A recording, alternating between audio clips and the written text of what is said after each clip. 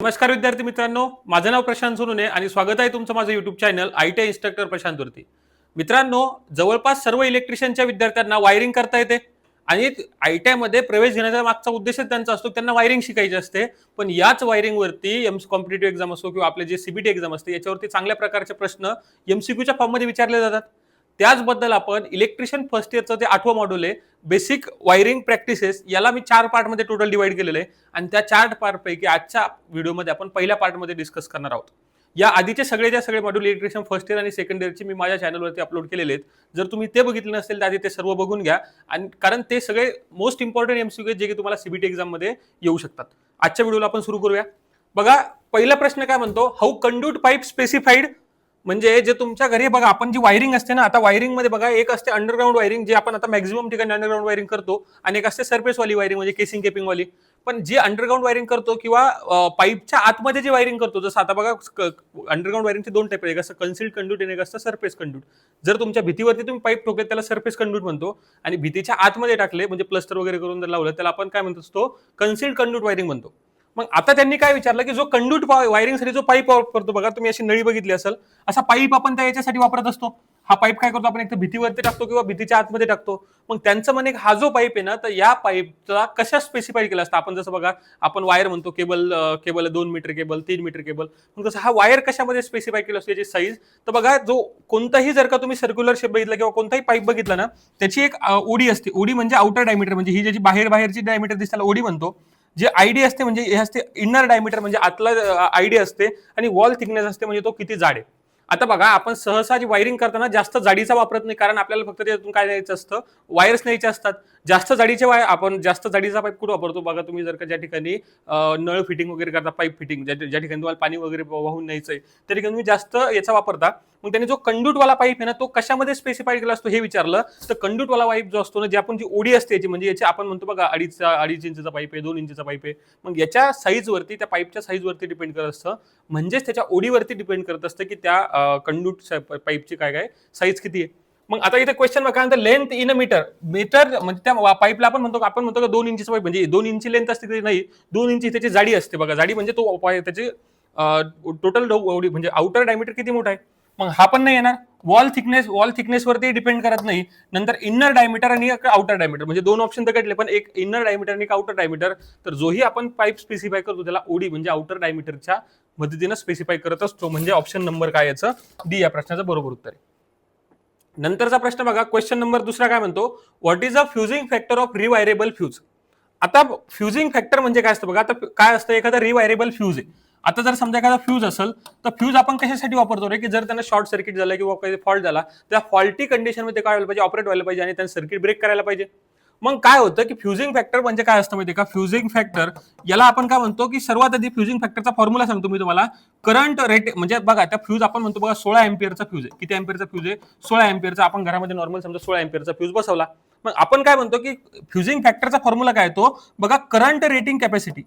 Current rating म्हणजे किती, की ज्या एम्पियरचा आपण फ्यूज बसवला त्याला आपण करंट रेटिंग म्हणतो. मग मला सांगा, करंट रेटिंग जर 16 एम्पियरचा फ्यूज असेल तर 16 एम्पियरचा फ्यूज 16 एम्पियरच्या खाली उडणार आहे का, नाही उडणार. म्हणजे जसंही याच्यामध्ये काय होईल, 16 एम्पियर पेक्षा जास्त करंट या फ्यूज मधून जाईल, तो काय होणार, फ्यूज मेल्ट होणार आणि आपलं सर्किट ब्रेक करणार. मग मिनिमम फ्युजिंग करंट बघा, ज्या करंटला काय होतं की समजा आता काय झालं, फॉल्ट झाल्यानंतर काय झालं की 16 एम्पियर पर्यंत करंट आला, पण 16 एम्पियरचा जसाही करंट वरती गेला तर तुमचा फ्यूज काय होणार आहे, उडणार आहे. मग त्याला आपण काय म्हणतो, फ्युजिंग फॅक्टर म्हणतो. काय म्हणजे काय म्हणतो आपण त्याला, फ्युजिंग करंट म्हणत असतो, की ज्या करंटला तुमचा फ्यूज काय होतो, उडतो. मग फ्यूज कधी उडणार, की या 16 एम्पियर पेक्षा वरती गेल्यावर. मग 16 एम्पियर पेक्षा वरती गेल्यावर म्हणजे आपण याला काय म्हणतो, की फ्युजिंग करंट म्हणतो. त्याला काय म्हणतो आपण, फ्युजिंग करंट म्हणत असतो. फ्युजिंग करंट. मग आता फ्युजिंग करंट किती राहू शकतो रे, फक्त 16 एम्पियर राहू शकतो का, नाही, तो 20 एम्पियरला फ्यूज होणार आहे, 21ला फ्यूज होणार आहे. पण मिनिमम फ्युजिंग करंट म्हणजे कमीत कमी फ्युजिंग करंटची अशी व्हॅल्यू की ज्या कमीत कमी व्हॅल्यूवरती तुमचा फ्यूज काय होणार आहे, उडणार आहे, त्याला आपण काय म्हणत असतो, मिनिमम फ्युजिंग करंट. काय म्हणत असतो, मिनिमम फ्युजिंग करंट. आणि मिनिमम फ्युजिंग करंट आणि करंट रेटिंग याचाच काय म्हणतो आपल्याला, याचा रेशिओ म्हणजे आपण म्हणत असतो फ्युजिंग फॅक्टर असं म्हणत असतो. म्हणजे खाली इथं फॉर्म्युला लिहिलेलं आहे बघा, फ्युजिंग फॅक्टर म्हणजे काय असतं, the minimum fusing current upon current rating fuse. Current rating of fuse, current rating म्हणजे किती, 16 एम्पियरचा फ्यूज आहे आणि आपला फ्युजिंग करंट हा 16 एम्पियर पेक्षा ऑलवेज कसा राहणार आहे, जास्त राहणार आहे. म्हणून लक्षात राहू द्यायचं, फ्युजिंग फॅक्टर हा काय असतो, ऑलवेज, मी काय सांगितलं, ऑलवेज ग्रेटर दॅन 1 असतो. ग्रेटर देन 1 म्हणजे परीक्षेत आता असाही प्रश्न विचारू शकतो फ्युजिंग फॅक्टर. बघा, पहिला प्रश्न असा विचारू शकतात की फ्युजिंग फॅक्टरचा फॉर्म्युला काय. दुसरा प्रश्न असा विचारू शकतात की फ्युजिंग फॅक्टरची व्हॅल्यू किती असते. तर फ्युजिंग फॅक्टरची व्हॅल्यू प्रत्येक वेळेस हमेशा म्हणजे काय म्हणतात आपल्याला ऑलवेज ग्रेटर दॅन काय असते 1 असते, म्हणजे 1 पेक्षा काय राहणार, जास्तच राहणार. तर का जास्त राहणार, बघा करंट रेटिंग 16 एम्पियर आहे आणि आपला फ्यूज 16 एम्पियर पेक्षा जास्त जो फ्यूज काय होणार आहे, फ्यूज होणार आहे. म्हणजे खाली जरी 16 असलं तर वरती काय येणार, 16.1 येणार समजा. मग 16.1 येणार तर हा काय होणार, ऑलवेज ही व्हॅल्यू काय राहणार, 1 पेक्षा जास्त राहणार. आता यांनी ते काय विचारलं, एक दोन काय रिवायरेबल फ्यूजचं विचारलं. सर्वात जास्त नाही का एक्झाम मध्ये दोन फ्यूजचं विचारतात. एक असतो रिवायरेबल फ्यूज, ज्याला आपण काय म्हणतो किटकॅट फ्यूज म्हणत असतो. कोणता म्हणतो, किटकॅट फ्यूज. या किटकॅट फ्यूजचा फ्युजिंग फॅक्टर असतो 1.4च्या जवळपास, 1.4 किंवा त्याच्यापेक्षा थोडा जास्त असू शकतो. आणि दुसरा असतो HRC फ्यूज, ज्याला आपण हाय रेप्च्युरिंग कॅपॅसिटी फ्यूज म्हणतो. त्याच्या नावात हाय रेप्च्युरिंग कॅपॅसिटी, म्हणजे तो काय शकतो, तो लवकरात लवकर काय करेल, सर्किटला ब्रेक करेल, म्हणून त्याचा फ्युजिंग फॅक्टर जो असतो हा 1.1च्या जवळपास असतो. आता हेच दोन काय करतात, मॅक्झिमम वेळा परीक्षेत विचारतात. आता इथं त्यांनी विचारलं, कोणता विचारला, रिवायरेबल फ्यूजचा विचारला, म्हणून ऑप्शन नंबर बी काय या प्रश्नाचं बरोबर उत्तर आहे. जर त्यांनी इथं HRC फ्यूजचा विचारला असता तर ऑप्शन नंबर ए आला असतं, पण आता इथं विचारलेलं आहे रिवायरेबल फ्यूज, म्हणून ऑप्शन नंबर बी काय या प्रश्नाचं बरोबर उत्तर.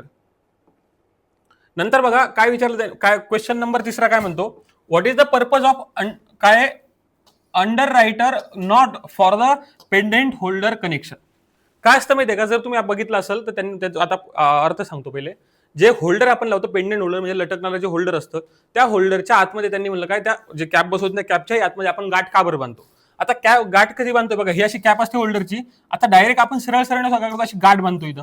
मग गाठ बांधण्यामागचं कारण काय असतं रे, मला सांगा. जर का वायर तुम्ही सरळ सरळ ठेवला आणि त्या काय झालं, त्याला बल्ब वगैरे लावला तर ह्या टर्मिनलवरती ताण येणार, आणि टर्मिनलवरती ताण येणार तर कदाचित काय होऊ शकतं, हा वायर तुटू शकतो किंवा हे टर्मिनल काय होऊ शकतं, उकडू शकतं. जर तुम्ही होल्डर वगैरे बसवले असतील ना, तुम्हाला समजून जाईल की जर डायरेक्ट गाठ न बांधता ठेवलं तर काय होतं की सगळ्याच्या सगळा जो मेकॅनिकल स्ट्रेस आहे या टर्मिनलवरती येणार, हे टर्मिनल डॅमेज होणार किंवा काय होणार, कनेक्शन निघून जाणार. त्याच्यासाठी आपण काय करतो, सो अशा प्रकारचे काय करतो, त्या होल्डरच्या आतमध्ये गाठ बांधतो. मग ही गाठ बांधल्यामुळे बघा, पिनच्या आतमध्ये बांधतो. गाठ बांधल्यामुळे काय होतं, ज्यावेळेस आपण ही कॅप लावतो ना, या जो स्ट्रेस येणार आहे, म्हणजे जर वायराला ओढलं जरी तर हा वायर या गाठमध्ये ओढला जाणार आणि हा सगळ्याच्या सगळा स्ट्रेस या गाठवरती आणि त्या काय होणार, त्यावरच्या कॅपवरती येणार आणि टर्मिनल काय होणार, इथं सेफ राहणार. म्हणून आपण काय करत असतो, ची गाठ काय असतो त्याची बांधत असतो. मग त्यांनी तेच विचारलं, का बरं बांधतो, to avoid the loose connection. Loose connection avoid करण्यासाठी, मेन प्रायमरी रिझन एक त्याचं लूज कनेक्शन अवॉइड करणं नाही. लूज कनेक्शन अवॉइड करण्यासाठी आपण त्याला टाईट वगैरे करू स्क्रूला. Increase the mechanical strength. Mechanical strength increase करण्यासाठी, बघा त्या होल्डरची मेकॅनिकल स्ट्रेंथ इन्क्रीज करण्यासाठी नाही बघा. Prevent the excessive cap cover pressure. Prevent the excessive cap cover म्हणजे कॅपवरचं प्रेशर कमी कर, कॅपवरचं प्रेशर कमी नाही, आपल्याला या टर्मिनलवरचं प्रेशर कमी करण्यासाठी आपण करत असतो. ऑप्शन नंबर डी बघा, रिड्यूस द स्ट्रेन. स्ट्रेन म्हणजे काय असतं, मेकॅनिकल जो ताण येणार आहे त्या टर्मिनलवरती. Reduce the strain from the terminals of accessories. ज्या ॲसेसरीज आहे त्या ॲसेसरीजच्या टर्मिनलवरती, म्हणजे इथे जो ताण येणार आहे ना, त्या ताणला कमी करण्यासाठी आपण ही गाठ बांधत असतो. म्हणजेच ऑप्शन नंबर काय, डी या प्रश्नाचं बरोबर उत्तर आहे. लॉजिकली जरी विचार केला तरी तुम्हाला याचं काय उत्तर समजून जाईल. नंतर बघा क्वेश्चन नंबर 4 काय म्हणतो, काय what is the type of the fuse. आता फ्यूजचे नाही का, पहिली गोष्ट सांगितलं एक लक्षात राहू द्या, फ्यूज हा नाही का एक काय होतं, प्रोटेक्टिव्ह ॲसेसरीज, म्हणजे एखाद्या आपल्या सर्किटला प्रोटेक्ट करण्यासाठी आपण फ्यूज वापरतो. मग फ्यूजचे वेगवेगळे टाईप पडतात. आता वेगवेगळे टाईप पडतात म्हणजे काय, जसं किटकॅट फ्यूज असतो जो की सर्वात जास्त वापरला जातो आपल्या घरामध्ये. इंडस्ट्रीमध्ये काही काही ठिकाणी वापरला जातो. जसं किटकॅट फ्यूजचं काम असतं की बघा, त्याचा वायर असतो त्याला आपण रिवायरेबल फ्यूज म्हणतो. नंतर एक असतं HRC फ्यूज, जे कार्ट्रेज फ्यूज असतं बघा, एक अशी, जर तुम्ही इथं असाल याच्यामध्ये बघा, कार्ट्रेज फ्यूज म्हणजे काय असतं, ग्लास फ्यूज किंवा HRC फ्यूज. याचे हे काय करतात माहिती का, एका ग्लासमध्ये जोही आपला जसा फ्यूज तर असतो, तो फ्यूज तर एका ग्लासमध्ये आणि तिथं काय त्याच्यात पावडर वगैरे ठेवलेली असते. तर हा असा फ्यूज असेल त्याला आपण काय कार्ट्रेज फ्यूज म्हणतो. नंतर किटकॅट फ्यूज बघा, मी तुम्हाला सांगितलं बघा, जो आपल्या घरामध्ये जो वापरतो किटकॅट फ्यूज असतो. असे वेगवेगळे टाईप आहे बघा. जो तुम्ही गाडीमध्ये वगैरे फ्यूज बघितला असेल, कारण गाडीमध्ये इलेक्ट्रिकल पार्ट असतो, मग त्या गाडीच्या सर्किटमध्ये शॉर्ट सर्किट होऊ शकतं आणि त्याच्यापासून प्रोटेक्ट करण्यासाठी असे छोटे छोटे फ्यूज वापरले जातात. इलेक्ट्रिक आपला ऑटोमोटिव्ह, ज्याला आपण ऑटोमोटिव्ह फ्यूज म्हणतो. नंतर रेस्टेबल फ्यूज, PTC, किटकॅट फ्यूज हा असतो किटकॅट फ्यूज बघा, जो आपल्या घरामध्ये वापरला जातो. नंतर बॉटल फ्यूज असतो. अशाच प्रकारे जे तुम्ही काय म्हणता, आपला जे आपण सबस्टेशन वगैरे असतो, सबस्टेशनमध्ये जे फ्यूज वापरले जातात, हे असे मोठमोठे फ्यूज सबस्टेशनमध्ये वापरले जातात. हे फ्यूजचे वेगवेगळे टाईप आहेत. मग त्यांनी आपल्याला काय विचारलं की खाली दिलेल्या इमेजमध्ये हा फ्यूज कोणता आहे, तर बघा हा फ्यूज असतो HRC फ्यूज, म्हणजे हाय रेप्च्युरिंग कॅपॅसिटीवाला फ्यूज असतो. मग इथं काय सांगितलं, knife edge fuse. Knife edge fuse म्हणजे असं, जर तुम्ही जसं नाईफ स्विच असतं ना, तसा नाईफ एज फ्यूज असतो. तर हा पण फ्यूज नाहीये, हा फ्यूज आहे HRC वाला फ्यूज, म्हणजे हाय रेप्च्युरिंग कॅपॅसिटीवाला फ्यूज आहे. म्हणजे ऑप्शन नंबर बी करणार या प्रश्नाचं करणार बरोबर उत्तर राहणार आहे. नंतर बघा, diazed screw type, cartridge fuse. Screw type म्हणजे त्या असा फ्यूज असतो, त्याला जसं आपण स्क्रू हे करतो ना, टाईट करतो, तशा टाईपचा फ्यूज नाही का, ज्या ठिकाणी हे मेकॅनिकल स्ट्रेंथ वगैरे जास्त गरजेचे असते त्या ठिकाणी तो फ्यूज आपण यूज करत असतो. मग नंतर बघा काय म्हणतो what is the name of the electrical accessories. आता इलेक्ट्रिकलच्या ॲसेसरीज दे का, इलेक्ट्रिकल ॲसेसरीज 3-4 पार्टमध्ये कॅटेगराईज केल्या असते. एक असते जनरल ॲसेसरीज, ज्याच्यामध्ये आपण सिलिंग रोज वगैरे जेही असतात ते जनरल ॲसेसरीजमध्ये येतात. होल्डिंग ॲसेसरीज असतात, म्हणजे जसे होल्डर असतात ना ते होल्डिंग ॲसेसरीजमध्ये येतात.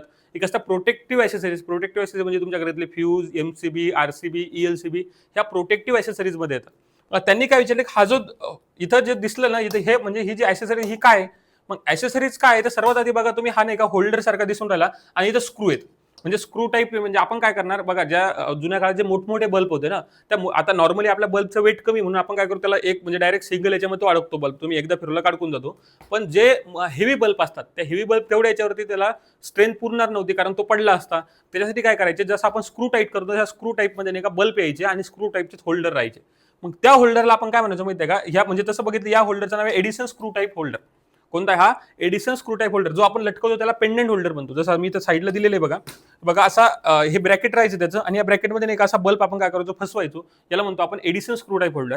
मग जर तुम्ही इथं बघितलं बघा, हा काय बफी होल्डर, अँगल होल्डर, म्हणजे बघा काही नॉर्मली भीतीवरती लावतो आपण तो स्ट्रेटवाला होल्डर असतो, पण काही अँगलवरती जर का खाली लाईट लावायचा असेल तर अँगल होल्डर असतो.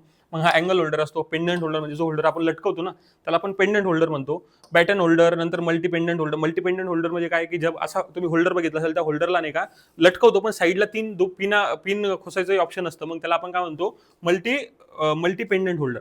अशा प्रकारचे वेगवेगळ्या टाईपचे होल्डर आहेत, हे तुम्ही नंतर बघू शकता. तर मग यांनी आता विचारलं तर आपल्याला या होल्डरचं नाव काय, तर या होल्डरचं नाव काय माहिती आहे का, एडिसन स्क्रू टाईप होल्डर. म्हणजे ऑप्शन नंबर बी या प्रश्नाचं बरोबर उत्तर आहे. नंतर बघा क्वेश्चन नंबर 6 काय म्हणतो, what is the name of the symbol use in a wiring. वायरिंगमध्ये यूज होणारे वेगवेगळे प्रकारचे सिम्बॉल असतात बघा. म्हणजे बल्बसाठी वेगळा सिम्बॉल असतो, जो सिलिंग फॅन असेल, आपण समोर जसे क्वेश्चन येईल तसे मी तुम्हाला सिम्बॉल सांगतो. तर फ्यूजसाठी, सिलिंग रोजसाठी, सिलिंग फॅनसाठी वेगवेगळ्या प्रकारचे सिम्बॉल वापरतात. त्यांनी काय विचारलं की हा जो सिम्बॉल तुम्हाला इथं दिसत आहे ना, तर हा सिम्बॉल कशाचा आहे. जर तुम्ही व्यवस्थित बघितलं बघा, इथं काय नाही काय, इथं असं यू टाईप आहे आणि इथं नाही का एक अशी पिन आहे याच्यात. म्हणजे काय आहे की हे रिप्रेझेंटेशन कशाचं आहे बघा. आपण सॉकेट आणि पिन एक बघा, जसं आपला प्लग असेल, प्लग मध्ये आपण काय करतो सॉकेट आपला जी पिन वगैरे प्लग मध्ये टाकतो, म्हणजे तशा प्रकारचे रिप्रेझेंटेशन आहे. म्हणून हे जे सरळ सरळ लक्षात राहू द्या की हा जो आहे ना हा काय प्लग अँड सॉकेटचा सिम्बॉल.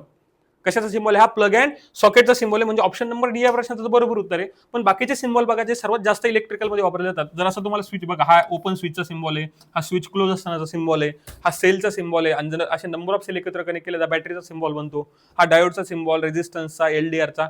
अशा वेगवेगळ्या प्रकारचे सिम्बॉल सुद्धा तुम्ही एक्झाम मध्ये विचारतात. तर ज्यावेळेस मी ही टेलिग्राम चॅनलवरती पीडीएफ शेअर करेल त्यावेळेस तुम्ही हे बघू शकता. नंतर बघा, सध्या इम्पॉर्टंट नाही आहे ते. नंतर बघा, which type of load protected by the L series MCB. आता एमसीबीचे नाही का वेगवेगळ्या सिरीज पडतात, म्हणजे जसं A series, B series, C series, D series. आपल्या घरामध्ये आपण वापरली जाणारी लो लोडसाठी किंवा एकदम ज्या मोटर्स वगैरे त्यासाठी सिरीज आपल्या एमसीबी वापरावं लागते. मग अशा वेगवेगळ्या सिरीजचे एमसीबी याच्यावरती मी डिटेल ऑलरेडी व्हिडिओ बनवला होता, तो माझ्या चॅनलवरती अवेलेबल असेल. तर त्यांनी काय विचारलं की एल सिरीज एमसीबी कशासाठी असते. आता सर्वात आधी एक गोष्ट लक्षात राहू दे की जी एल सिरीज एमसीबी असते ना, एल सिरीज वाली एमसीबी जी असते ना, ही रेझिस्टिव्ह लोडसाठी आपण वापरत असतो. कशासाठी वापरतो रे, रेझिस्टिव्ह लोडसाठी. Resistive load. आता तुम्ही म्हणता रेझिस्टिव्ह लोड म्हणजे काय, की असा लोड की ज्यामध्ये नाही का आपण रेझिस्टन्सच्या प्रॉपर्टीचा वापर करून आपण काय करतो, यूज करतो. मग आता याचा वापर कुठं होतो बघा, जसा तो रेझिस्टिव्ह लोड मध्ये मी तुम्हाला सांगितलं होतं की हीट आपण बघा काय करतो, एखाद्या याला करंट देतो, करंट दिल्यामुळे काय होतं, हीट होते. तर आपण हे एचचा फॉर्म्युला होता, एच इज इक्वल टू काय होतं, I स्क्वेअर RT. आणि याच प्रिन्सिपलवरती मी तुम्हाला सांगितलं होतं की हा रेझिस्टिव्ह म्हणजे कारण हा रेझिस्टन्स वाढवतो ना आपण, रेझिस्टन्स वाढला हीट वाढते. आणि याच प्रिन्सिपलवरती तुमच्या घरातलं जे गिझर आहे किंवा जे इलेक्ट्रिकल फर्नेस वगैरे राहतात ना, ते फर्नेस वगैरे काम करतात. म्हणजे गिझर तुमच्या घरातलं सरळ सरळ एक्झाम्पल आहे की करंट दिल्यानंतर तुम्हाला पाणी गरम करून भेटतं. मग पाणी गरम का करून भेटतं, कारण त्याचा रेझिस्टन्स जास्त असेल, रेझिस्टन्स जास्त असेल त्यामुळे हीट जास्त डेव्हलप होते. मग ज्या मी काय सांगितलं, एल सिरीजच्या ज्या एमसीबी आहेत ना, ह्या एल सिरीजच्या एमसीबी रेझिस्टिव्ह लोडसाठी वापरतात. आणि रेझिस्टिव्ह लोड मग बघायचा खालीलपैकी कोणता येतं मला सांगा. मोटर हा इंडक्टिव्ह लोड आहे, त्याच्यामध्ये इंडक्टिव्ह लोड असतो म्हणजे इंडक्टर जास्त असतो. गिझर हा रेझिस्टिव्ह टाईपचा लोड आहे. गिझर कसा टाईपचा लोड आहे, रेझिस्टिव्ह टाईपचा लोड आहे. म्हणून गिझरला प्रोटेक्ट करण्यासाठी ऑप्शन नंबर काय येणार, ए बी या प्रश्नाचं काय राहणार बरोबर उत्तर. मग हँड टूल्स आणि एअर कंडिशन. हँड टूल्ससाठी मी तुम्हाला हाताची साथ याच्यासाठी तर काय आपण हे वापरत नाही, एमसीबी वापरत नाही. तर एअर कंडिशनसाठी नाही का सी टाईप किंवा जी टाईप वगैरे अशा एमसीबी वेगवेगळ्या एमसीबी येतात, ते डिपेंड करतं त्या करंट रेटिंगवरती ते वापरत असतो. मग यांनी काय विचारलं, एल सिरीजची एमसीबी, तर ही एल सिरीजची एमसीबी आपण कशासाठी वापरत असतो, तर हीट म्हणजे ज्याही रेझिस्टिव्ह लोड असतात त्या रेझिस्टिव्ह लोडसाठी वापरतो. म्हणजे ऑप्शन नंबर काय बी या प्रश्नाचं काय राहणार बरोबर उत्तर राहणार. नंतरचा प्रश्न बघा, नंतरच्या प्रश्नात क्वेश्चन नंबर 8 काय म्हणतो, which type off switch use in a circuit. आता नाही का स्विचचे सुद्धा वेगवेगळे टाईप पडतात. आता which type off switch use in a circuit. आता स्विच म्हणजे काय, पहिली गोष्ट आपण स्विच वापरतो कशासाठी, स्विच ही कंट्रोलिंग ॲसेसरीज आहे. म्हणजे तुमच्या डिव्हाइसला करंटला कंट्रोल करण्यासाठी आपण स्विच वापरतो. जसं की सिंगल वे स्विच असेल, डबल 2 वे स्विच असतं, नंतर एसपीडीटी असतं, एसपीडीटी ऐकलं असेल तुम्ही, single pole single throw, single pole double throw, असे स्विचेस पडतात. तर जर तुम्ही इथं बघितलं ना, तर याच्यामध्ये बघा इथं नाही का एक पॉईंट आहे आणि इथं डबल थ्रो होऊन राहिला, म्हणजे तसे याला एसपीडीटी म्हणतात. काय म्हणतात एसपीडीटी म्हणजे सिंगल पोल. याच्यात पोल किती आहे, म्हणजे पोल म्हणजे हे असं असतं बघा, हे असे हे 2 पॉईंट आहेत, या 2 पॉईंट वरती जाऊ शकतो. तर पोल किती एकच आहे, पण थ्रो किती आहेत, 2 ठिकाणी थ्रो होऊ शकतो, म्हणजे याला एसपीडीटी म्हणतो. याला आपण सिंगल पोल डबल थ्रो म्हणतो. पण सिंगल पोल डबल थ्रोलाच दुसऱ्या भाषेमध्ये आपण 2 वे स्विच असं म्हणतो. काय म्हणतो, 2 वे स्विच. काय म्हणतो त्याला, 2 वे स्विच म्हणतो. मग जर तुम्ही इथं बघितलं तर 1 वे स्विच. 1 वे स्विच म्हणजे कसं असतं माहितीये का, जर तुम्हाला नॉर्मली असा सिम्बॉल असतं, म्हणजे हा बघा, याला काय म्हणतो, सिंगल पोल सिंगल थ्रो म्हणतो. सिंगल पोल काय म्हणतो याला, सिंगल पोल सिंगल थ्रो, म्हणजे हा पोल एकच आहे आणि इथं थ्रो करायला फक्त एकच ऑप्शन आहे, म्हणजे याला म्हणायचं सिंगल पोल सिंगल थ्रो, म्हणजे SPST, म्हणजे सिंगल पोल सिंगल थ्रो. किंवा याला आपण 1 वे स्विच म्हणतो, किंवा नॉर्मली जे आपल्या घरामध्ये आपण स्विच वापरतो तो SPST असतो. आणि जो 2 वे स्विच असतो, ज्याला आपण single pole double throw switch म्हणतो, तो आपण 2 वे वायरिंग मध्ये वापरतो. आणि तुम्हाला जर तुम्ही बघितलं असेल तर 2 वे वायरिंग आपण कुठं करतो रे, तर ज्या ठिकाणी स्टेअर, या 2 वे म्हणजे ज्याला 2 वे वायरिंग केला आपण काय म्हणतो, स्टेअरकेस पण म्हणतो. का बरं स्टेअरकेस, म्हणजे बघा, जर समजा तुम्ही खाली उभे स्टेअरकेसचा आणि तुम्ही इथून लाईट चालू केला, वरती गेल्यानंतर तुम्हाला लाईट बंद करायचं, पुन्हा खाली येऊन लाईट बंद करावं लागेल. पण खाली येऊन जर तुम्ही लाईट बंद केला, परत तुम्हाला वरती जाणे म्हणजे उजेड लागणार आहे. त्यासाठी आपण काय करत असतो, अशी वायरिंग मेथड वापरतो की जर आपण तुम्ही खाली बटन दाबलं, लाईट चालू झाला, आणि जसं तुम्ही वरती गेले, आता वरती गेले तर लाईट बंद करण्यासाठी तुम्हाला पुन्हा खाली यायची गरज नाही. वरती गेले तर वरतून बटन दाबलं तर लाईट बंद होणार. म्हणजे याला असा लॅम्प की बाबा 1 lamp control from 2 different places, म्हणजे एकाच लॅम्पला तुम्ही 2 वेगवेगळ्या ठिकाणाहून काय केलेलं, कंट्रोल केलेलं आहे. आणि अशी जी वायरिंग असते त्याला आपण स्टेअरकेस वायरिंग म्हणतो. किंवा याला स्टेअरकेस वायरिंगला करताना आपण 2 वे स्विच वापरत असतो. मग त्यांनी काय विचारलं आपल्याला, इथं हे स्विच कोणतं, तर 1 वे स्विच आहे का, नाहीये.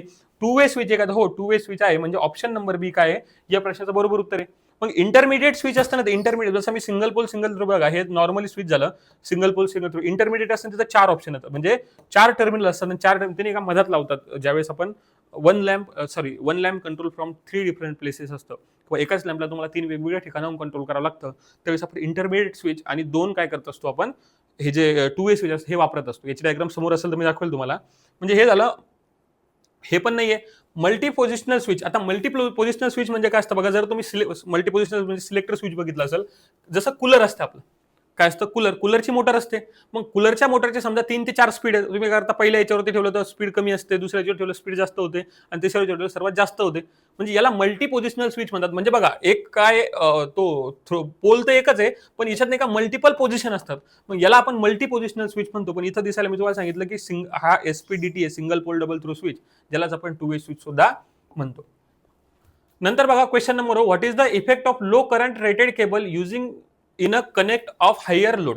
जर समजा त्यांचं म्हणणं की एक लो करंट रेटिंगचा केबल आहे, लो करंट रेटिंगचा म्हणजे एक असा नॉर्मली साधा केबल घेतला तुम्ही आणि साध्या एक केबलला एकदम हाय करंट रेटिंगसाठी वापरला.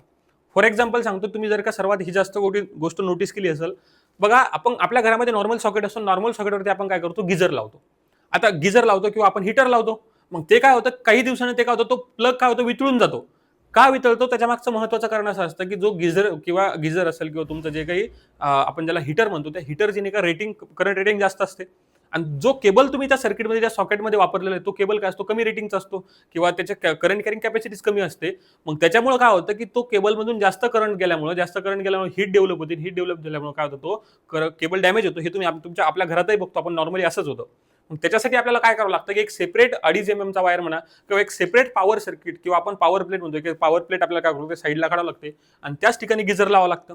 मग हे कशामुळे होतं, म्हणजे ते वितळतो का बरं, कारण त्याच्या काय होलं, आपण चुकीच्या ठिकाणी तुम्ही गिझर लावलं, किंवा कमी करंट रेटिंगचा केबल आहे आणि त्या ठिकाणी तुमचा हायर रेटिंगचा अप्लायन्सेस वापरला, तर तो केबल डॅमेज होतो आणि जळतो. त्यांनी सुद्धा तेच विचारलं की what is the effect of low current rated cable. एक असा केबल आहे की ज्याची करंट रेटिंग काय कमी आहे आणि connect to higher current load, म्हणजे त्याला लोड काय केला, त्याचा हायर करंटचा लोड केला. म्हणजे फॉर एक्झाम्पल आपलं आपलं हिटरच घ्या, की नॉर्मल प्लग मध्ये आपण काय केलं, हिटर लावलं तर काय होतं, आपलं डॅमेज होतं. त्यांनी काय केलं, व्होल्टेज ड्रॉप इन्क्रीज होत नाही, लोड करंट इन्क्रीज, लोडचा करंट वरती आणि त्या केबलवरती फरक नसतो. लोड करंट तर इन्क्रीज होतोच, पण त्या लोड करंटमुळे इन्क्रीज होत का, व्होल्टेज ड्रॉप डिक्रीज होतं का, नाही होत. तर cable damage due to heat. Load current increase होतो, करंट इन्क्रीज झाल्यानंतर काय होतं, तुमचा काय तो हीट वाढते, हीट वाढल्यामुळे काय होतं, केबल डॅमेज होतो ड्यू टू हीट. म्हणजे ऑप्शन नंबर डी काय या प्रश्नाचं बरोबर उत्तर आहे. नंतर बघा what is the name of the conduit accessories. आता कंड्यूट मी तुम्हाला सांगितलं मगाशी कंड्यूट पाईपचा आपल्याला आला. कंड्यूट पाईप म्हणजे तो काय आपण एक काय करतो, ज्या वायरिंगला आपण काय करतो, वायरिंग आपल्याला दिसत नाही, जसं किसिंग केपिंग सारखं बघा, ज्या वायर ज्यामध्येही तुम्ही वायर एका पाईपच्या आतून टाकता त्याला आपण कंड्यूट म्हणतो. मग त्याच्यामध्ये नाही का पहिली गोष्ट तर हे काय आहे, हा बेंट आहे. आता बेंट आणि एल्बो मध्ये फरक सांगतो मी. तेव्हा एल्बो जर असेल ना, एल्बो म्हणजे कसं एल सारखा शेप. मग एल सारखा शेप म्हणजे बघा जो अॅक्युरेट 90 डिग्री मध्ये असतो त्याला आपण एल्बो म्हणतो. आणि जो बघा असा अॅक्युरेट 90 डिग्री नसतो बघा, आपल्याला काय करायचं, समजा तुमची इथं भीत आहे, या भीतीत तुम्हाला काय करायचं, इथं आता कॉर्नर आला, इथं तो कॉर्नर आला तर तुम्हाला काय करायचं, हा वायर इथून इथं न्यायचा आहे. मग तुम्ही काय करू शकता, इथे एक तर काय एल्बो वापरा किंवा तुम्ही बेंट वापरा. मग बेंड कुठं बघा, आता काय होतं माहितीये का, ज्यावेळेस आपण वायरिंग करतो ना, वायरिंग करताना आपल्याला काय करावं लागतं, जर तुम्ही अंडरग्राऊंड वायरिंग केली तर त्या ठिकाणी तुम्हाला माहितीये का स्प्रिंगनं आपण पाईप टाकतो, स्प्रिंगनं काय करतो, वायर टाकतो. तो वायर टाकल्यानंतर जर तुम्ही इथं एल्बो वापरला म्हणजे शार्प जर का 90 डिग्री असेल इथं, तर काय करतो, तो वायर इथं अडकला आपला आणि समोर जाणार नाही. मग त्याच्या वेळेस आपण काय करतो, इथं एल्बो न वापरता आपण काय करत असतो, इथं वापरत असतो ज्याला आपण काय म्हणतो बेंट म्हणतो. म्हणजे डायरेक्ट 90 डिग्री असा काय असता कर्व राहतो आणि जेणेकरून पाईप मधून जो वायर टाकतो ना, तो वायर टाकायला सोपा जातो. मग पहिली गोष्ट तर आपण हा जो दिसतो ना, हा काय आपला बेंट आहे. मग बेंट आहे, पण जर तुम्ही नॉर्मल बेंट आहे का नाही, जर तुम्ही इथं बघितलं याच्यावरती असे स्क्रू आहेत, मग हा कशासाठी वापरतो माहितीये का, बघा आपला नॉर्मल जर तुम्ही एल्बो वगैरे बघितला किंवा नॉर्मल बेंट बघितलं ना, तर नॉर्मल बेंट डायरेक्ट कंप्लीट बनलेला असतो, त्याच्यावरती खोलायला वगैरे काही नसतं. पण ही ज्यावेळेस तुम्ही हे स्क्रू काढता ना, इथून ही प्लेट निघते आणि प्लेट निघते आणि याच्या आतमधलं नाही का वायर वगैरे दिसतात. मग आता हे कशासाठी वापरतात, एखाद्या ठिकाणी इन्स्पेक्शनसाठी किंवा आपल्याला बघायचंय की बाबा इथं वायर आहेत का नाहीये किंवा काही फॉल्ट झाला असेल वायर खिचायसाठी. म्हणजे हे जे प्लेट निघते ना, याला आपण इन्स्पेक्शनसाठी वापरतो. म्हणून याला काय म्हणतात माहितीये का, असाही ज्या ठिकाणी स्क्रू ही प्लेट निघते याला आपण इन्स्पेक्शन वाला म्हणतो. मग तो एल्बो असो किंवा बेंट असो. तर मी आताच तुम्हाला हा काय आपला बेंड आहे, म्हणजे हा काय येणार इन्स्पेक्शन बेंड, म्हणजे ऑप्शन नंबर सी काय राहणार या प्रश्नाचं बरोबर उत्तर राहणार. मग जर इथं जर का डायरेक्ट असा एल्बो असताना, म्हणजे सॉरी एल्बो वाला असताना याला हे जर का इन्स्पेक्शनसाठी असं वरती असं स्क्रू दिलेले असते ना, तो इन्स्पेक्शन एल्बो झाला असता. पण हे इन्स्पेक्शन बेंड आहे, म्हणजे ऑप्शन नंबर काय आहे, सी या प्रश्नाचं बरोबर उत्तर आहे. नंतर बघा, how many two way switches with intermediate switch are use in a control one lamp from 3 different places. मी आताच सांगितलं स्टेअरकेस वायरिंग मध्ये आपण काय करतो रे, की एका लॅम्पला 2 वेगवेगळ्या ठिकाणाहून कंट्रोल करतो. 2 वेगवेगळ्या ठिकाणी खालूनही लाईट चालू केला, पायऱ्या चढल्यावरती लाईट चालू केला, म्हणजे वन लॅम्प किती एकच, त्याला कंट्रोल किती ठिकाणून केला आपण, 2 ठिकाणून केलं, म्हणजे one lamp control from 2 different places. तसंच जर आपल्याला एकच लॅम्प किती आहे, एकच लॅम्प आणि 3 वेगवेगळ्या ठिकाणाहून त्याला कंट्रोल करायचंय, 3 वेगवेगळ्या काय करायचंय ठिकाणाहून त्याला कंट्रोल करायचं, हा 1 2 आणि 3. मग अशा ठिकाणी तुम्ही काय करतात, अशा ठिकाणी काय करावं लागतं, जे आपण काय करतो सर्वात पहिले मधात इंटरमिडिएट स्विच वापरतो. मी तुम्हाला सांगितलं इंटरमिडिएट मदत काढतो, इंटरमिडिएट स्विच वापरतो. मग इथं बघा त्यांनी विचारलं की काय विचारलं त्यांनी, how many two way switches, आपल्याला काय करायचं आहे, टू वे स्विचेस काढायचे with one intermediate switch. Total switch आपण 3 वापरणार, कारण 3 ठिकाणून कंट्रोल करायचंय. पण त्या 3 ठिकाणून कंट्रोल करताना आपण मध्ये काय करत असतो, इंटरमिडिएट स्विच लावतो आणि बाकी 2 ठिकाणी आपण काय करत असतो, टू वे स्विच लावत असतो. मग यांनी ते काय विचारलं, आपल्याला संख्या विचारली टू वे स्विचची. एका लॅम्पला 3 ठिकाणून जर कंट्रोल करायचं असेल तर पहिली गोष्ट स्विच 3 लागतात, पण त्यातल्या त्यात टू वे स्विच किती लागतात, 3 स्विच टोटल 3 लागतात, पण त्याच्यात टू वे वाले लागतात 2 आणि इंटरमिडिएट काय सांगितलं मी, इंटरमिडिएट लागतो 1, म्हणजे 3 स्विचेस झाले. तर त्यांनी विचारलं टू वे स्विचची संख्या, तर ऑप्शन नंबर बी काय येणार प्रश्नाचं, म्हणजे ऑप्शन नंबर बी 2 या प्रश्नाचं बरोबर उत्तर आहे. इथं दाखवलं बघा, हा लॅम्प आहे, या लॅम्पला 3 वेगवेगळ्या ठिकाणाहून कंट्रोल करायचं आहे. तर बघा पहिली गोष्ट हा आपण इंटरमिडिएट स्विच वापरला आणि इंटरमिडिएट स्विच वापरल्यानंतर बघा 3 वे, हा इथं जे हे टू वे स्विच वापरले बघा, इथं हे 2 आहेत. मी सांगितलं होतं एसपीडीटी सिंगल पोल डबल थ्रो, म्हणजे बाकी काय केलं, हे 2 टू वे स्विच आहेत आणि मधातला कोणता इंटरमिडिएट स्विच आहे. म्हणजे आपण म्हणू एका लॅम्पला 3 वेगवेगळ्या स्विचून आपण काय केलेलं आहे, कंट्रोल केलेलं आहे. नंतरचा क्वेश्चन बघा, question number, what is the advantages of concealed wiring. आता कन्सिल्ड वायरिंग मध्ये मी तुम्हाला सांगितलं होतं की कन्सिल्ड वायरिंग मध्ये 2 टाईपच्या वायरिंग येतात.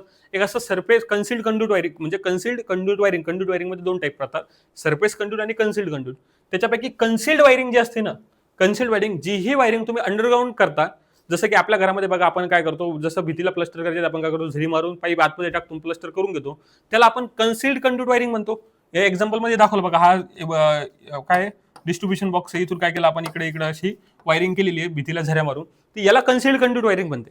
मग यांचं म्हणणं की याचा ऍडव्हान्टेज काय, आता ऍडव्हान्टेज म्हणजे काय की याचा फायदा काय मला सांगा. याचा आता आपण काय करू, एक एक ऑप्शन, इझी टू मेंटेनन्स, मला सांगा हे मेंटेन करणं इझी आहे का रे, मला सांगा मेंटेनन्स साठी इझी आहे का, मला सांगा जर एखादा फॉल्ट झाल्यानंतर जर का समजा किसिंग केपिंग वायरी असेल, तुम्ही काय करू शकता, डायरेक्ट केसिंग काढली, फॉल्ट कुठे झाला शोधला आणि केसिंग लावून घेतली. तसं याच्यामध्ये करता येतं का नाही, याच्यात आपल्याला प्लस्टर फोडावं लागेल, मग जर का नाही वायर निघून नाही राहिला तर, म्हणजे मेंटेनन्स साठी कसं हे अवघड आहे. इझी टू मेंटेनन्स आहे का नाही, म्हणजे आपल्याला ऍडव्हान्टेज विचारला, हा याचा डिसएडव्हान्टेज आहे, म्हणजे ऑप्शन नंबर ए पण कटलं. नंतर बघा लेस व्होल्टेज ड्रॉप. आता व्होल्टेज ड्रॉपचा याचा संबंध नसतो, व्होल्टेज ड्रॉपचा संबंध म्हणजे ऑप्शन नंबर बी सुद्धा काढला, हाय इन्सुलेशन रेजिस्टन्स. आता इन्सुलेशन रेजिस्टन्स डिपेंड करत असतं, जे वायर असतो त्या वायरवरती जे इन्सुलेशन आहे त्याच्या मटेरियलवरती इन्सुलेशन रेजिस्टन्स डिपेंड करतं, तुमच्या वायरिंगच्या टाईपवरती इन्सुलेशन रेजिस्टन्स डिपेंड करत नाही. म्हणजे ऑप्शन नंबर सी सुद्धा कटला. ऑप्शन नंबर डी बघा, प्रोटेक्शन अगेन्स्ट मॉइश्चर.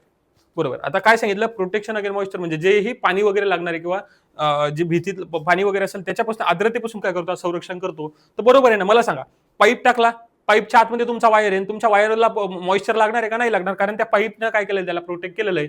मग या कन्सिल्ड कंड्यूट वायरिंगचा हाच फायदा आहे की जो तुमचा काय करतो, जो मॉइश्चर असतं मॉइश्चरपासून प्रोटेक्ट करतो. कोणती वायरिंग करते, कन्सिल्ड कंड्यूट वाली वायरिंग प्रोटेक्ट करत असते. अजून काय फायदा आहे, फायद्याचा असा आहे की दिसायला चांगला दिसतो. दुसरं की बाबा याच्यावरती काय होऊ शकतो, इझिली फॉल्ट येत नाही. का बरं मला सांगा, जर समजा तुमच्या सर्किटवरती किसिंग केपिंग वायरिंग लावली आणि चुकीने एखादी गोष्ट त्याच्यावर आदळली तर वायर डॅमेज होऊ शकतो. पण हे भीतीच्या आतमध्ये असल्यामुळे याचं प्रोटेक्शन पण चांगलं राहतं. पण फॉल्ट झाल्यानंतर फॉल्ट फाइंड करणं अवघड असतं. त्यांनी ऍडव्हान्टेज विचारला म्हणजे काय असतं, मेकॅनिक म्हणजे याचं नाही का, ज्या मॉइश्चर असतं मॉइश्चरपासून काय करतो, हा प्रोटेक्ट करत असतो.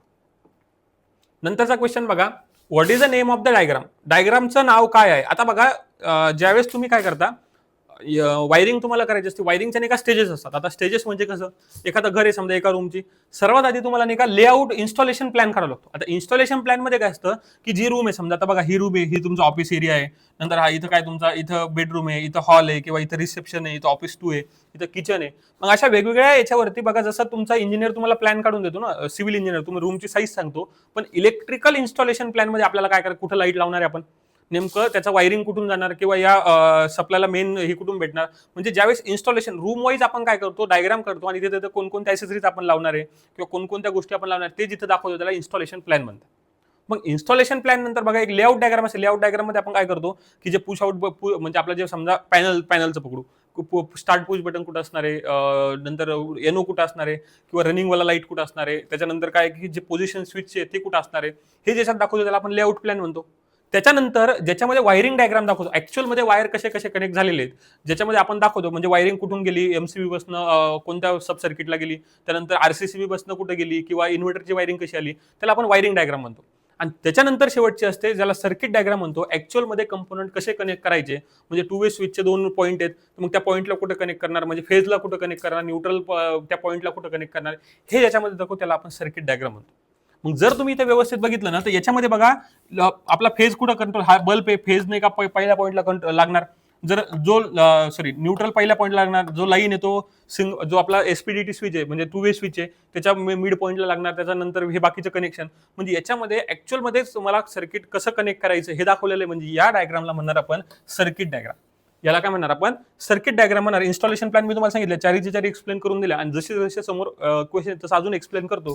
पण आता सध्या काय की याच्यामध्ये आपल्याला ऍक्च्युअल मध्ये कनेक्ट कसं करायचं हे दाखवलं, म्हणून याला आपण नाही का सर्किट डायग्राम म्हणत असतो. म्हणजे बघा ऑप्शन नंबर डी या प्रश्नाचं काय बरोबर उत्तर आहे. नंतरचा क्वेश्चन बघा, what is the fusing factor of high rupturing capacity fuse. HRC फ्यूजचा फ्युजिंग फॅक्टर काय असतो. बघा हा पहिल्या का दुसऱ्या क्वेश्चन मध्येच मी याचं उत्तर तुम्हाला सांगितलेलं आहे. किती असतो रेप्चरिंग कॅपॅसिटी म्हणजे काय असतं, हाय HRC फ्यूज म्हणजे काय असतं, अजून नेमकं काय फ्युजिंग फॅक्टर काय असतं, हे सगळं मी तुम्हाला सांगितलं. या क्वेश्चन नंबर 14चं उत्तर काय करा, तुम्ही मला खाली कमेंटमध्ये सांगा. नंतर question number 15 which type of relay can be operated both AC and DC. म्हणजे रिले म्हणजे काय असतं बघा, पहिली गोष्ट नाही का, ज्यावेळेस आपण रिले नाही का प्रोटेक्टिव्ह डिव्हाइस आहे, जसं रिले आणि सर्किट ब्रेकरचं कॉम्बिनेशन असतं. हे सेकंड इयर मध्ये जास्त चांगल्या प्रकारे समजून तुम्हाला तरी सांगतो बघा. रिले असतं, एक असतो रिले आणि नंतर येतो सर्किट ब्रेकर. आता रिलेचं काय काम असतं माहितीये का, तुमच्या सर्किटमध्ये फॉल्ट झाला हे डिटेक्ट करायचं काम असतं रिलेचं. आणि फॉल्ट झाल्यानंतर तो काय करतो, डिटेक्ट करतो आणि लगेच सिग्नल कोणाला पाठवतो, सर्किट ब्रेकरला पाठवतो की सर्किटमध्ये फॉल्ट झालेला आहे. मग सर्किट ब्रेकर काय करतो, सर्किटला ट्रिप करतो. मग जो फॉल्ट सेन्स करण्याचं काम असतं रिलेचं, म्हणजे फॉल्ट झाला का नाही हे ओळखण्याचं काम रिलेचं असतं. मग असे नाही का भरपूर प्रकार रिले असतात, इम्पिडन्स रिले असतो, मोह रिले असतो, मग वेगवेगळ्या प्रकारचे रिले असतात, इंडक्शन रिले वगैरे असतो. तर मग बाकीचे काही नाही का पर्टिक्युलर काही रिले असतात जे फक्त डीसी वर काम करतात, काही रिले असतात फक्त एसी वर काम करतात. पण एक इम्पल्स रिले असा रिले की जो एसी आणि डीसी दोन्हीवरती काम करतो. आणि त्यांनी आपल्याला तेच विचारलं की असा कोणता रिले जो कोणत्या प्रकारचा रिले एसी आणि डीसी दोन्हीवरती ऑपरेट केला जाऊ शकतो. तर याचं बरोबर उत्तर आहे इम्पल्स रिले, म्हणजे ऑप्शन नंबर काय सी या प्रश्नाच्या कारणाने बरोबर उत्तर. बाकीचे काही जे इंडक्शन रिले वगैरे होते फक्त एसी वरती काम करतात. नंतर जे काही रिले रीड वगैरे रिले वगैरे असेल समोर तर ते फक्त डीसी वरती काम करतात. पण इम्पल्स रिले एक असा रिले की जो एसी आणि डीसी दोन्हीवरती काम करतो. म्हणजे ऑप्शन नंबर सी या प्रश्नाचं काय बरोबर उत्तर राहणार. नंतरचा बघा question number 16. What is the name of accessories use in electrical appliances. Electrical appliances मध्ये वापरली जाणारी या ॲसेसरीजचं नाव काय आहे. आता बघा इलेक्ट्रिकल अप्लायन्स जर तुम्ही बघितलं असेल नाही का, हा एक नाही का प्लग टाईप आहे. मग आता प्लग हा सर्वात जास्त तुम्ही कुठं बघितला रे बघा, हे जर व्यवस्थित दिसत नसेल तर मी इथं आणलेलं आहे. हे नाही का जे तुम्ही जुन्या बघा प्रेसचे जे दुकान आहेत ना, ज्या प्रेस हे इलेक्ट्रिकल वरती चालतात, आता तिथं नाही का हे जे असं स्विच वापरतात तिथं बघा, हे प्लग काय करतो आपण, याला याच्या आतमध्ये नाही का कनेक्शन फेज न्यूट्रल वायर लावलेला असतो आणि याला काय करतो आपण इथून डायरेक्ट कनेक्ट करतो त्या प्रेस सोबत. मग त्या प्रेस सोबत का कनेक्ट करायचं बघा, पहिली गोष्ट हे जे पोर्सिलिनचं मटेरियल असतं, पोर्सिलिन असतं म्हणजे चिनी मातीसारखं तुम्ही बघितलं असेल, एकदम ही पिन प्लास्टिक नसते बनवली किंवा पीव्हीसीची नसते, ही पोर्सिलिनची असते. का बरं असते, कारण तिथे हीट जास्त आहे. मग हीट जास्त झाल्यामुळे काय प्लास्टिक वितळू शकतं. मग त्या ठिकाणी आपण काय करतो, पोर्सिलिन मटेरियलवाली पिन वापरतो. आणि ही जी पिन आहे ना, या पिनला बघा, या पिनला आपण काय म्हणतो, आयरन कनेक्टर असं म्हणतो. म्हणजे आयरन जे असते ना, जी आयरन जे आपण ज्याला प्रेस म्हणतो, त्या प्रेसमध्ये जे कनेक्ट करतो ना आपण, ज्याला आपण वायरला त्याच्यासोबत लावतो, तो आयरन कनेक्टर असतो. मग इथं काय पहिली 2 पिन प्लग वगैरे नाही, 3 पिन प्लग आहे का नाही, प्लग आहे, पण मी काय सांगतो iron connector with direct entry. याचं नावच आहे स्पेशली या प्लग कशासाठी बनवलेलं आहे, ज्या ठिकाणी हिटिंग अप्लायन्सेस आहेत, ज्या ठिकाणी उष्णता खूप जास्त आहे, त्या ठिकाणी जो आपण प्लग वापरतो ना, याला काय म्हणतो आपण, iron connector with direct entry. म्हणजे ऑप्शन नंबर सी या प्रश्नाचं काय बरोबर उत्तर आहे. नंतर काय, what is the name of the accessories. सहाय्यक चिन्हाचे नाव काय आहे. बघा आता याच्यात काय विचारलं, चिन्हाचं नाव विचारलं. मी तुम्हाला अजूनही सांगितलं होतं की भरपूर प्रकारचे आपल्याला चिन्ह नाही का याच्यामध्ये विचारतात. आता जर तुम्ही इथं बघितलं ना, तर इथं असा एक सिम्बॉल आहे आणि इथं नाही का अशा 2 पोझिशन दाखवते. मग आता याचा अर्थ काय असतो माहितीये का, मी तुम्हाला हे सांगितलं, हे नाही का मल्टी पोझिशनल स्विच. आता मल्टी पोझिशनल स्विच म्हणजे काय बघा, पोल एकच आहे, म्हणजे एकच पोल आहे, त्याला काय करलं वेगवेगळ्या पोझिशनवरती आपण नेऊ शकतो.